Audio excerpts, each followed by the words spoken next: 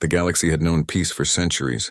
Wars were rare, and most civilizations coexisted under the careful watch of the Interstellar Council. This council, made up of dozens of alien species, had a single purpose: to keep order and prevent conflict. They were proud of their rules, their treaties, and their diplomatic traditions. Every member knew how to follow the scripts of negotiation. Every member knew when to bow, when to speak, and when to remain silent. Then the humans arrived. It started quietly. A small human delegation appeared near the council's central station, the towering citadel that floated in space like a jewel. The council had never seen humans before. They had heard rumors, myths really, about Earth and its people, but no one had ever met them. Some said humans were fragile. Others whispered that they were barbaric, unpredictable, or even dangerous. But no one was prepared for the truth. The humans arrived in ships that looked ordinary at first. Sleek, metallic, functional, nothing exotic or intimidating. But when the ships docked at the council station, the humans disembarked and the aliens noticed something strange. They walked with confidence, heads held high and eyes sharp. Unlike most species, they didn't bow, gesture politely, or attempt to mimic alien customs. They simply entered the council hall and waited. The council was shocked. "Why do they not follow the protocol?" whispered an Alarian delegate to her neighbor. Her skin shimmered in shades of green and blue, and her tentacles trembled slightly. "They must be dangerous," said the Grak, a towering species with armor-like skin. No species ignores council etiquette and lives long. The humans, however, ignored the whispers. They took their seats calmly, folding their hands on the table. Their leader, a man named Commander Daniel Carter, looked around the room. His gaze was steady and firm.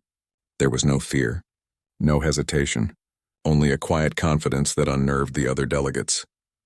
"Greetings," Carter said, his voice clear. "We are here to discuss matters important to all species. We will not follow your usual negotiation methods. We believe in honesty and fairness. Compromise must have limits. Threats will not sway us." A murmur spread across the room. The council chair, a silver-feathered being called Lyra Vaunt, blinked in confusion. "Commander Carter, you do not understand. Council protocol is the foundation of peace. Every species follows it. You must comply." Carter shook his head. "We will not comply if it means ignoring justice. We will not bow to tradition if tradition is corrupt. We will speak plainly and act firmly. That is how humans operate." The room fell silent. Some delegates gasped. Others exchanged nervous glances. Many felt a cold, creeping fear. This was not how diplomacy worked. No one had ever spoken so bluntly in the council chamber. "You are audacious," said Vaunt. "Do you not fear the consequences of such defiance?" "Fear is not a guide for action," Carter replied. "Logic, ethics, and courage are." It was then that the first whispers of panic began. Humans were not just stubborn. They were unlike anything the galaxy had ever seen. No one could predict what they might do next. Over the next few hours, the council tried to engage the humans in the usual ways. Delegates presented long speeches, gestures of goodwill, and even subtle threats. Every tactic failed. The humans listened politely but answered only with clarity and truth. They refused to be intimidated, bribed, or distracted. The aliens began to realize something. Humans did not negotiate like anyone else. They did not seek personal gain or political advantage. They measured ideas, not power. They valued justice, courage, and directness. And they would not yield. Ilarians, who prided themselves on cunning and subtlety, were the first to feel uneasy. Their ambassador tried to confuse the humans with complex language and riddles. Carter answered every question simply and directly, exposing flaws in the Ilarian logic. The Grak attempted to intimidate them with a show of military strength, projecting holographic fleets and war scenarios. The humans responded by calmly analyzing the scenarios, pointing out weaknesses in every formation, and suggesting alternative strategies that would prevent unnecessary casualties. The council watched in disbelief. They had always assumed that any species would eventually submit to protocol, hierarchy, or fear. Humans did not. By evening, the council chamber was in chaos. Delegates whispered behind their hands, some pacing nervously. They feared the humans, yet could not stop watching them. "What are they planning?" hissed a Xylar representative, a serpentine being with glowing eyes. "I don't know," said the Orvani delegate, whose forearms shook in agitation. "But whatever it is It is unlike anything we've seen. Meanwhile, the humans remained calm. Commander Carter and his team spoke quietly among themselves, planning their next steps. They did not need to dominate the council. They only needed to act with reason and principle. Keep in mind, Carter said to his team, we are not here to make friends. We are here to show that fairness matters, that rules are not empty words, that courage and wisdom can prevent chaos. One of his officers, Lieutenant Aisha Khan, nodded. Do you think they understand? They fear us because they cannot control us, Carter said. And that is exactly why they need to listen. By nightfall, the council issued an emergency vote. Some delegates wanted to eject the humans immediately, while others argued that their presence could be a test of the galaxy's unity. The chamber was divided, tensions running high. Outside the council station, news of the humans' arrival spread across star systems. Ships hurried from distant worlds hoping to witness this unprecedented event. Rumors spread humans were unstoppable. Humans were reckless. Humans were wise beyond measure. For most species, the humans' arrival marked the beginning of uncertainty. The galaxy had never seen a species so fearless, so direct, so unwilling to bend. Inside the council hall, the humans prepared for the next day. They knew the galaxy would try to pressure them, to negotiate them into submission. But they were ready. Humans had faced impossible odds on Earth before, and they had always survived, sometimes against the most powerful threats. Commander Carter looked out at the stars from the council station. The galaxy is panicking, he said quietly. Not because we are weak, because we are human. And indeed, the galaxy had begun to tremble. No one knew what humans would do next. No one could predict their actions. The only certainty was that the arrival of these strange, stubborn, fearless beings had already begun to change everything. As the night passed, debates raged in council chambers and starships across the galaxy. Alliances were questioned, strategies were reconsidered, and old rivalries felt insignificant. For the first time in centuries, the galaxy did not trust its own rules. Humans had arrived, and with them came the unknown. Yet for all the panic, the humans remained simple, direct, and unafraid. They did not seek glory or conquest. They sought fairness and clarity, principles that no council rules could fully capture. And that, more than anything, frightened the galaxy. By the time dawn broke over the central station, a silent agreement had formed among many council members. Humans could not be controlled. Humans could not be ignored. Humans were a force the galaxy had never encountered before, and whether that force would save or destroy it remained to be seen. Commander Carter stood at the edge of the observation deck, watching alien fleets move in the distance. They don't understand us, he said softly. They will try, but it won't work. Not today, not ever. The next morning, the council chamber buzzed with tension. Every delegate wondered what the humans would do next. Would they finally bow? Would they try to negotiate in the usual manner? Or would they defy tradition again, in a way that might plunge the galaxy into chaos? Commander Daniel Carter and his team remained calm. They were not here to fight. They were here to prove a simple truth. Humans could act with courage, intelligence, and fairness even when faced with fearsome opponents. As the delegates waited, Carter requested a private audience with Council Chair Lyra Vaunt. Some species whispered among themselves, wondering why humans would even seek such a meeting. They must have a secret plan, one Alarian said.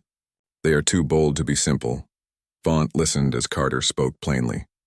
We are not here to conquer or to bribe. We are here to demonstrate that reason and principle can solve problems that force and fear cannot. The chair's silver feathers trembled slightly. Do you not see, Commander? The galaxy has its order.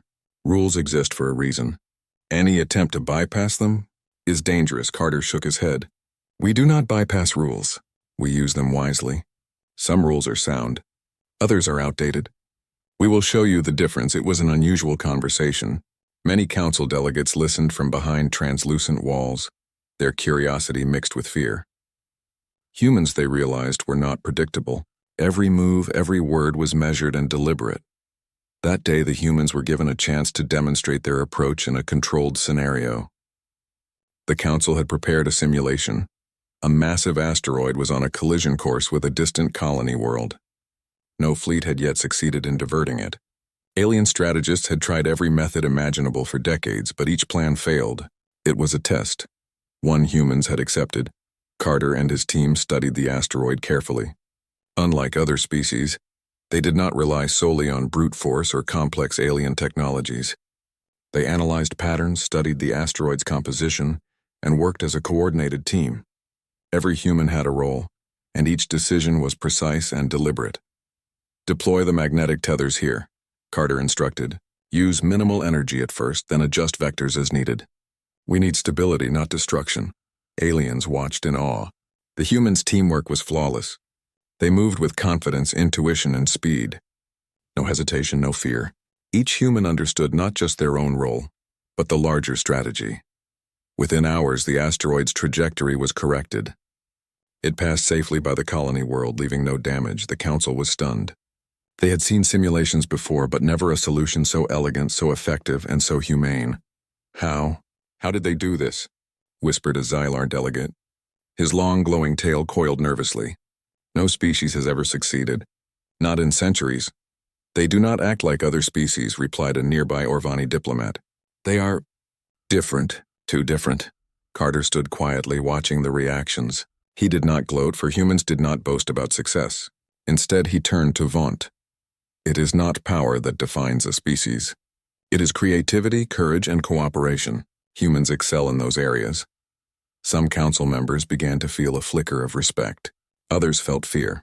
If humans could solve impossible problems so calmly and efficiently, what else could they do? Over the next few days, humans participated in more demonstrations. They navigated treacherous asteroid fields, prevented rogue energy storms from destroying distant mining colonies, and even coordinated joint operations between alien species that had long been rivals. Each success increased their reputation, and the panic among some factions. Ilarians, who had prided themselves on cunning and subtle strategy, felt unsettled. Their ambassador tried to challenge the humans with complex logic puzzles during a demonstration. Carter solved every puzzle within minutes, then offered solutions that no alien had considered before. The Grek, whose military strength was legendary, tried to intimidate the humans with fleet simulations. Massive warships, energy shields, and advanced weapon systems were all part of the scenario. Humans studied each detail carefully. They proposed maneuvers that reduced risk, minimized loss, and maintained order, leaving the Grek shocked and silent. Even Lyra Vaunt, the council chair, began to understand the human approach. They do not fear, she said softly. They do not lie. They do not cheat. They think clearly and act boldly. Meanwhile, rumors spread across the galaxy. Humans are unstoppable, said one starship captain to another. They are not reckless. They are precise. They do not negotiate like us. They do what is right. Others whispered with fear. They refuse to bow. They refuse to follow protocol. What if they refuse our commands next? Humans, however, were not interested in scaring anyone. They only wanted the galaxy to see that a different way of thinking could achieve results. They valued fairness, intelligence, and courage, and they expected others to meet them on the same level. One afternoon, Carter walked through the council station corridors with Lieutenant Aisha Khan. It is strange, Khan said. No one can predict our next move. They are either fascinated or terrified. That is the point, Carter replied. We are not here to fit their expectations. We are here to show that humans can succeed where others fail, and we do not need permission to act with reason. That evening, the council met in emergency session. Aliens argued loudly. Some wanted to applaud the humans and learn from them. Others whispered darkly about isolating or even attacking them. Fear and admiration collided in the chamber, creating tension thicker than the vacuum of space. The humans, for their part, remained calm. They were not negotiating for personal gain. They were not seeking control. They were demonstrating that intelligence, ethics, and teamwork could solve problems no force could handle alone. It was during this time that one of the Council's secret intelligence reports caused alarm. The report suggested that humans might have hidden colonies, advanced fleets, and unknown allies. None of this was confirmed, but the mere possibility sent shockwaves through alien governments. The Grek ambassador leaned close to an Ilarian officer. If humans have allies we do not know about, we are unprepared. We cannot fight them and we cannot predict them. Across the chamber, Vaunt whispered, It is not their strength that worries me. It is their courage. They will do what is right even if we try to stop them. That is terrifying. Despite the growing panic, the humans' actions remained simple. They did not threaten, they did not demand, and they did not act with malice. Yet every problem they solved, every impossible scenario they managed, reinforced one undeniable truth. Humans were extraordinary. In the council hall, debates raged on. "We cannot ignore them," said one delegate. "We cannot control them. We should attack," hissed another. "Show them that defiance has consequences." "Attack them?" The first delegate replied. "They are not reckless. They are precise. If we strike, we will lose more than we gain." Carter watched from the observation deck as alien fleets moved in nervous formations below the station. "They do not understand us," he said quietly to Khan. "And that is why the galaxy panics. They fear what they cannot control, and they cannot control us." Khan nodded. "Do you think they will ever understand?" "Perhaps not," Carter said. "And that is fine. Humans do not exist for their understanding. We exist to act with reason, courage, and integrity. The galaxy will adapt or it will stumble." By the end of the week, the humans had achieved something remarkable. The council, once united in fear and strict protocol, was now divided. Some members admired humans, hoping to learn from them. Others whispered of isolation, containment, and even preemptive strikes. Across the galaxy, planets and star systems buzzed with rumors. Humans had arrived, and they were not like any other species. They refused to negotiate in the traditional way, yet they solved problems faster, smarter, and more ethically than anyone expected. The galaxy had never seen anything like it. Humans had arrived quietly, refused to follow the council's rules, yet solved impossible problems with calm precision. Every demonstration, every act of skill had increased both admiration and fear. Not everyone appreciated the humans' methods. The Grak, a militaristic species known for brute force, and the Xylar, cunning and serpentine, were among the most uneasy. They whispered of the danger humans posed. If humans could solve problems the galaxy had considered unsolvable, what might they do if challenged? After long discussions behind closed doors, the Grak decided on a test, a provocation. They believed humans might crack under pressure, or at least be forced to negotiate like every other species. Their plan was simple: attack a minor human outpost and see how humans responded. The humans were unaware of the plotting at first. On a quiet star system on the edge of council space, a small outpost floated above a mining planet. Humans had established it months earlier, keeping it simple: a research station, living quarters, and a small defensive fleet. The outpost had always been peaceful, until now. Without warning, a fleet of Grak warships appeared in orbit. Energy shields flared. Weapons powered up. The humans on the station watched from their observation deck as the ships approached. There was no panic. There was no hesitation. Commander Daniel Carter addressed the station crew calmly. "Prepare for engagement. But remember, we do not attack unless necessary. Our goal is control, not destruction." Lieutenant Aisha Khan nodded. "Understood, sir. Defensive protocols active. We are ready." The Grak transmitted a demand. "Surrender your outpost to the council immediately, humans. Refuse and you will be destroyed." Carter's expression did not change. "We will not surrender. But we will not escalate unnecessarily either. Prepare a non-lethal countermeasure." The Grak warships fired first. Energy blasts streaked toward the station, cutting through the void with deadly speed. But humans had anticipated this.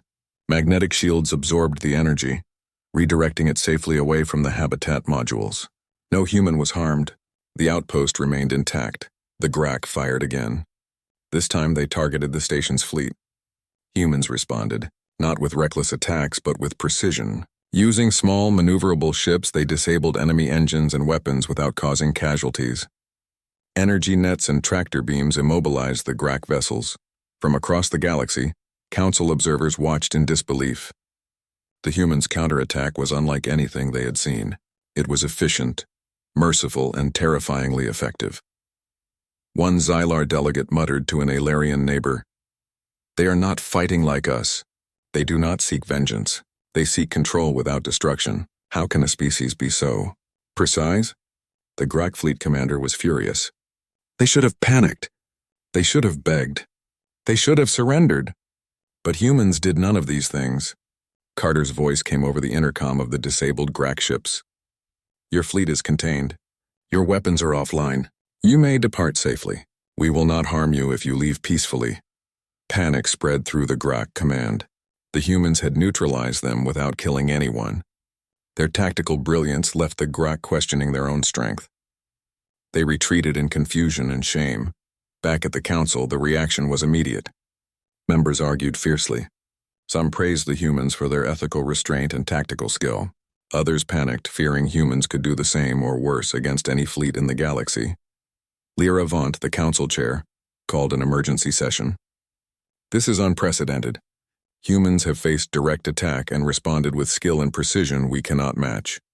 Some of you want to act against them, yet even now, they have done nothing wrong except exist according to their principles. The room erupted in debate. Voices overlapped. Arguments collided. They will not negotiate, shouted a Grak delegate. They cannot be controlled. If we do not act now, they will dominate the galaxy. They have dominated nothing, countered an Orvani diplomat. They solved a problem without killing a single being. That is not domination, it is leadership. Meanwhile, humans monitored the council from the observation deck. They did not gloat. They did not celebrate. Their goal was clear. Survive, act with integrity, and demonstrate that strength does not require cruelty. Carter turned to Khan. Notice how fear spreads faster than truth, he said. The galaxy panics not because we acted, but because they cannot predict us. They fear what they cannot control. Khan nodded. Do you think they will try again? They will, Carter replied. And we must be ready.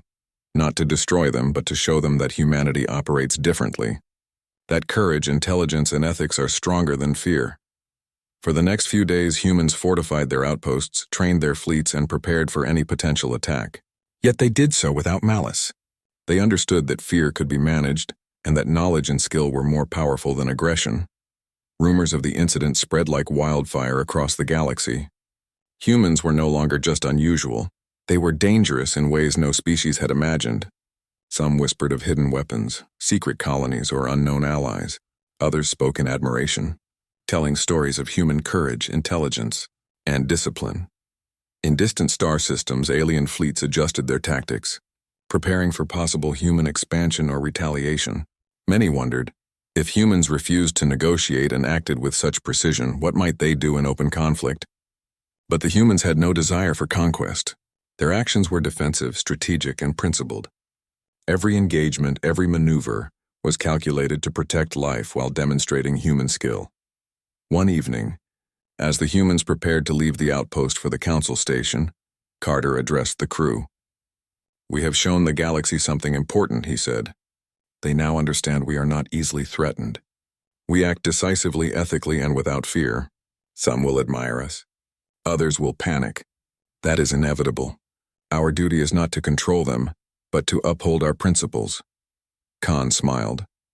They will remember this, sir. They will never see humans the same way again. Good, Carter replied. Let them panic. Let them fear. But never let them see us as cruel. Strength without ethics is meaningless. Humanity thrives not by domination, but by courage and reason. As the human fleet departed, alien observers watched silently. Panic had spread, yes, but so had curiosity. Every species began to reassess its own strategies, questioning their own rules, their own methods, and their own understanding of power. Even the Grak, furious and humiliated, could not deny the humans' skill. They had been defeated without being killed, humiliated without being insulted. Humans had proven a new kind of power, one that the galaxy had never encountered. Back at the council station, whispers grew louder. Some delegates argued for immediate isolation of human fleets. Others suggested cooperation, hoping to learn from their precision and ethics. The council was divided more than ever. Carter walked the observation deck, looking out at the stars. He knew the galaxy's panic was just beginning. Humans had shown strength, yes, but this was only the start. Larger threats awaited, and the galaxy's fear would grow with every demonstration of human capability. Tomorrow, he said quietly to Khan, they will see that humans are not only courageous and precise, but adaptable. And when they see that, panic will spread even further.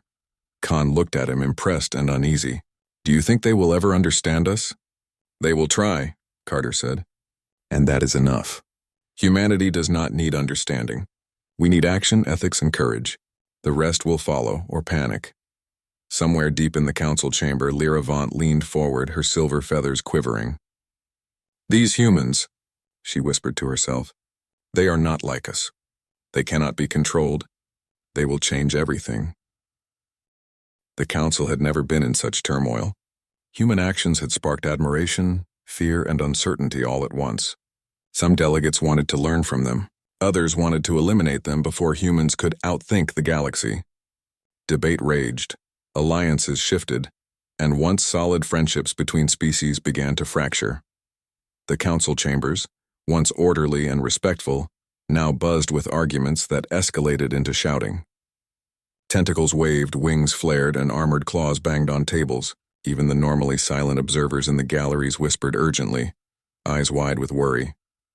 "This cannot continue," shouted a Grek delegate. His voice was deep, rough, shaking the walls. "They refuse to negotiate, they outmaneuver us at every turn, and they set their own rules. If we do not act, humans will dominate the galaxy." "They dominate nothing," countered an Orvani representative, his forearms trembling with frustration. "They only solve problems. They saved entire colonies, averted disasters, and neutralized our attacks without bloodshed. That is not domination, it is leadership." Lyravant, the council chair, struggled to maintain order. Her silver feathers shimmered nervously and her voice trembled as she called for silence. "Enough. The council must act wisely. Humans are not typical. We cannot control them with threats or intimidation. Yet we also cannot ignore the panic they have caused. We need a solution, one that tests their abilities fairly and clarifies their intentions." Murmurs spread through the chamber. Some delegates leaned forward curious, others recoiled in fear. It was a rare moment in council history, a proposal that could unite or further divide the galaxy. Carter, observing from his quarters, had already anticipated the council's move. He had expected attempts at containment, manipulation, and provocation. But now he saw an opportunity. Humans could turn the chaos into cooperation, if other species were willing to try. The next day, Carter requested a meeting with Lyravant. "We propose a challenge," he said simply. "A galaxy-wide simulation to test strategy, cooperation, and adaptability. Every species participates. Every fleet, every technology, every command structure will be evaluated. The goal is not competition, but understanding. We can show that problems can be solved together, without conflict or manipulation." The council was stunned. A challenge? From the humans, this is unprecedented, Vaunt said. Her feathers twitched. No species has ever proposed a test that involves the entire galaxy. Some may refuse. Others may attempt sabotage. "Why would you risk this?" "Because the galaxy is panicking," Carter replied calmly. "Panic spreads faster than logic. This test will demonstrate a better way, a way that values cooperation, skill, and ethics. Let them see that strength is not measured by domination, but by precision and fairness." After heated debate, the council reluctantly agreed. They would allow the humans to organize the challenge, but delegates from every major species would oversee it. Humans would lead, but the galaxy would watch closely. Weeks passed as preparations began. Star systems were selected, fleets assembled, and complex scenarios were programmed. The simulation would test navigation, resource management, disaster response, and interspecies coordination.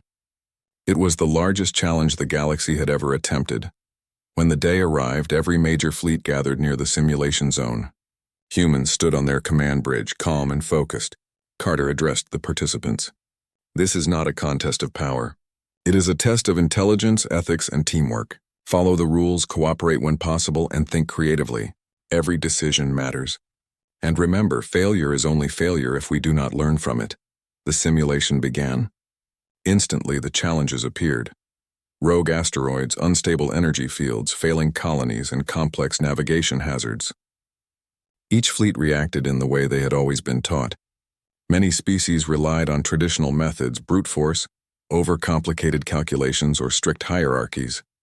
Humans, however, approached each scenario differently. They analyzed, adapted, and coordinated with every other species involved. They suggested solutions that combined multiple fleet strengths, minimized risk, and ensured success without unnecessary loss. Aliens watched in awe and fear. No species had ever seen such flexibility and insight. Humans communicated clearly but never arrogantly. They respected each fleet's expertise while guiding them toward effective solutions. An asteroid field threatened to crush several mining colonies simultaneously. The Xylar fleet attempted a high-speed interception, but their calculations failed repeatedly. Humans quickly proposed a synchronized maneuver, combining Grak shield arrays with Orvani thruster technology. The operation succeeded flawlessly. The colonies were saved. The Xylar delegation could only gape at the humans' ingenuity. Elsewhere, a sudden energy storm disrupted communications across multiple fleets. Humans quickly deployed small relay ships, re-establishing connections and coordinating efforts. Other species struggled to understand the humans' methods, yet they could not deny the results. Hours turned into days. Every challenge reinforced the humans' reputation. Some delegates began to whisper in admiration. They do not act for glory. They do not seek dominance. Yet their results surpass anything we have done for centuries. Others panicked. If humans can coordinate fleets, solve disasters, and manage crises better than we can, what is left for us? Are we obsolete? Even Lyra Vaunt could not hide her astonishment. They think differently, she admitted to herself. They see solutions where we see only obstacles. And they do not bend under pressure. That terrifies me. By the final day of the simulation, it became clear that humans had not only completed every challenge, but had also elevated every participating fleet. Cooperation, strategy, and creativity had reached levels the galaxy had never seen. Carter addressed the council and the fleets. Observe this, leaders of the galaxy. We did not win by dominating. We did not succeed through force. We succeeded because we adapted, cooperated, and acted with ethics. These principles are not unique to humans. They are available to every species willing to try. Some delegates applauded, reluctantly inspired. Others shook their heads in disbelief. Panic had been replaced in part by awe and a deep, unsettling realization. Humans had redefined what it meant to be powerful. Yet the council was far from unified. Fear lingered beneath admiration. Delegates whispered of preemptive strategies, containment, and careful observation of human colonies. Humans had proven their strength in ethics, but that same strength had shattered centuries of protocol and expectation. Carter and his team observed quietly. They had not acted to intimidate. They had acted to demonstrate principle, courage, and intelligence. And they had succeeded. The galaxy now faced a choice: adapt to the human standard or panic at the unknown. One evening, Carter spoke with Khan as they reviewed the results of the simulation. The council is divided, Khan said. Some admire us, some fear us. What will happen next? Humans cannot control perception, Carter replied. We act with principle, courage, and intelligence. The rest is up to the galaxy. Panic is natural when faced with something new, but our actions create an example they cannot ignore. Khan nodded. They will remember this challenge for generations. Yes, Carter said quietly. And when the next crisis comes, and there will always be a next crisis, they will know that humans lead differently. That is our strength. That is why they panic. Across the galaxy, alien fleets returned home, each carrying stories of human ingenuity. Some delegates reported that humans had not only saved colonies, but also inspired new ways of thinking, new strategies, and new ethics. Others warned of human unpredictability, cautioning leaders to prepare for the worst. The council remained in chaos. There was no consensus on how to deal with the humans. Should they be feared, admired, studied, or contained? The simulation had proven one thing clearly. Humans could not be ignored. Humans could not be controlled. And humans could not be predicted. Carter watched as alien fleets left the simulation zone. They are learning, he said. Some faster than others. Fear, respect, admiration. They are all part of the same process. The galaxy will adapt or it will stumble. Humans simply lead by example, Khan smiled. And they cannot stop us from doing that. No, Carter said. They cannot. Humanity's strength is not in fleets, weapons, or technology. It is in courage, intelligence, and ethics. That is why they panic. That is why we succeed. Somewhere deep in the council chambers, Lyra Vaunt sighed. These humans, they will change everything. And I am not sure we are ready. Indeed, the galaxy had entered a new era. The council was fractured, fleets were unsure, and alien species were forced to confront an uncomfortable truth. Humans had redefined what it meant to be strong, ethical, and effective. Panic, admiration, and fear now coexisted, creating tension that would only grow stronger in the days to come. The calm of the simulation had barely settled when the first warning came. Sensors across the outer reaches of the galaxy detected an enormous fleet approaching at impossible speeds. Its origin was unknown, and its technology unlike anything the Council had ever encountered. Entire star systems trembled as the fleet advanced. For once, fear was universal. The Council convened immediately. Alien delegates shouted, argued, and demanded action. Fleets were deployed in panic, but no one had a plan. Every species had assumed that interstellar crises could be managed with tradition, hierarchy, and force. None had prepared for something entirely new, something beyond their understanding. Humans, however, remained calm. Commander Daniel Carter stood on the observation deck of the central station, watching the approaching fleet. "This is why we act with principle," he said to Lieutenant Aisha Khan. "When the galaxy panics, humans lead. And that is what we must do now." The Council, desperate for guidance, turned to the humans. Some delegates whispered angrily, fearful of relying on a species they could not control. Others recognized that humans were the only ones capable of organizing a defense against this unprecedented threat. Carter addressed the Council. "The fleet we face is unknown. Its strength is unmeasured. We cannot rely on fear, threats, or standard protocols. We must cooperate, adapt, and act decisively. Humanity will lead the defense. Follow our guidance or perish in confusion." The Council hesitated, but the humans' confidence was undeniable. Slowly, fleet commanders began to coordinate with the human team. Ships from dozens of species moved into formation under human guidance. Communication channels opened and humans began to direct operations with precision, clarity, and authority. The first clash occurred in the outer rim. The unknown fleet launched an assault on a mining colony, its energy weapons cutting swaths of destruction. Humans immediately organized a counter-strategy. "Grak shields forward," Carter commanded. "Orvani thrusters to intercept. Xylar fleet provide diversion. Coordinate all energy channels through relay nodes. Minimize casualties. Focus on containment, not destruction." The alien fleets hesitated, but then followed orders. For the first time, species that had once fought each other acted as one. Humans guided them not with force, but with clarity and strategy. Energy blasts struck the unknown fleet, which adapted rapidly. Humans adjusted their tactics instantly, predicting enemy maneuvers and countering them with precision. Entire squadrons moved in perfect coordination, saving colonies, minimizing damage, and neutralizing the threat piece by piece. Observers across the galaxy watched in awe. Humans had done what no species had managed before. They had united alien fleets, forced rival species to cooperate, and fought an enemy whose technology seemed impossible to overcome. Lyra Vaunt, the Council chair, whispered to herself as she watched the display. "They are not strong in the way we imagined. They are leaders. They think differently. They inspire action and order, even in chaos." Even the Grak, proud and stubborn, acknowledged the humans' brilliance. "We cannot control them," their ambassador admitted quietly. "But we can follow their lead and survive." Days passed, each filled with strategic maneuvers, unexpected attacks, and rapid problem-solving. The humans anticipated enemy strategies, adapted, and coordinated alien forces with an almost intuitive understanding of technology, psychology, and leadership. At one point, a massive enemy ship threatened to breach the Council station itself. Panic rippled across the fleets. Carter calmly analyzed the situation. "Deploy the magnetic tether arrays and adjust the gravitational stabilizers," he said. "Coordinate with all relay ships to create a phased barrier. Focus all energy on containment. We cannot allow destruction here." The maneuver was executed flawlessly. The enemy ship was trapped, its weapons neutralized, and the station remained intact. Alien fleets watched in disbelief. Humans had accomplished in hours what had taken centuries to master in theory. Even more remarkable, humans did not destroy unnecessarily.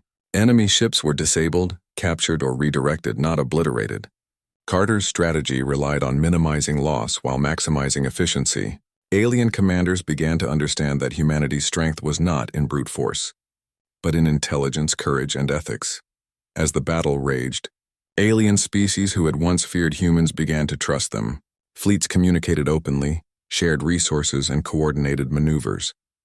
The humans' leadership transformed panic into order, chaos into cooperation. Carter addressed the joint fleet one final time. "We are not here to dominate. We are here to protect life and restore balance. Trust your instincts, follow our guidance, and act with courage. Together, we are stronger than any unknown force." The final engagement was decisive. Humans orchestrated a coordinated strike that neutralized the enemy fleet's command ships, forcing a surrender. Alien ships, once scattered and disorganized, moved as one, following human directives. When the battle ended, the galaxy exhaled collectively. Colonies were saved. Fleets were intact. Casualties were minimal. The unknown threat had been defeated, not by raw power but by leadership, cooperation, and strategy. The Council convened to assess the aftermath. Fear remained, but it was tempered by awe. Humans had not only defended the galaxy, they had united it. Every species now recognized a simple truth. Humans could not be ignored, controlled, or underestimated. Carter addressed the Council formally. "The galaxy is safe for now. But remember, true strength is not domination. It is intelligence, courage, and ethics. We have shown that even the most diverse and divided species can act together when guided by principle. That is humanity's contribution." Delegates who had once plotted against humans now spoke in respect. "We feared them," admitted one GRAC officer. "We tried to provoke them. But they are not conquerors. They are leaders. And we followed willingly." Across the galaxy, systems celebrated. News of human leadership spread faster than any fleet could travel. Humans had transformed panic into unity, fear into cooperation, and chaos into order. For the first time in history, the galaxy had witnessed a species whose courage and intelligence could shape civilizations without bloodshed. Back at the central station, Carter walked through the observation deck with Khan. "They will remember this," she said. "The fleets, the colonies, the council. Everyone, they must," Carter replied. "Not because we seek glory, but because they need to see what is possible when courage, intelligence, and ethics lead. That is how humans change the galaxy, not by conquering but by inspiring." Khan smiled. "Do you think they understand now?"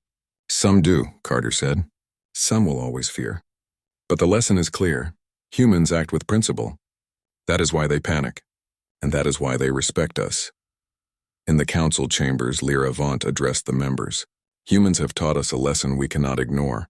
Fear alone cannot guide the galaxy. Strategy, ethics, and cooperation are the true paths to survival. Let us learn from them or risk repeating our mistakes." Even those who had doubted humans' methods nodded slowly. The galaxy had seen the proof. Humans were not just stubborn, clever, or fearless. They were a model of leadership that transcended species, politics, and fear. Carter stood on the observation deck, looking at the stars stretching across the void. "The galaxy panicked because they could not control us," he said quietly. "They feared what they could not predict, and yet in their panic they learned to act together. That is humanity's power." Khan watched the fleets return to their home systems, orderly and coordinated. "Do you think they will ever forget this?" "They will remember it forever," Carter replied. "And when the next threat comes, and it always will, they will know that humans lead differently. That principle, courage, and intelligence are stronger than fear or force. That is our legacy." The galaxy had changed. Panic had erupted, yes, but humans had transformed it into unity. Where once divisions had ruled, now cooperation thrived. Where once fear had dominated, now respect and admiration spread. Humans had proven a simple truth. Leadership does not require domination, only courage, wisdom, and ethics. For centuries, the Council would speak of this day. Fleets would tell the story of how humans united the galaxy without bloodshed, how they inspired trust and cooperation, and how they acted with integrity when every other species panicked.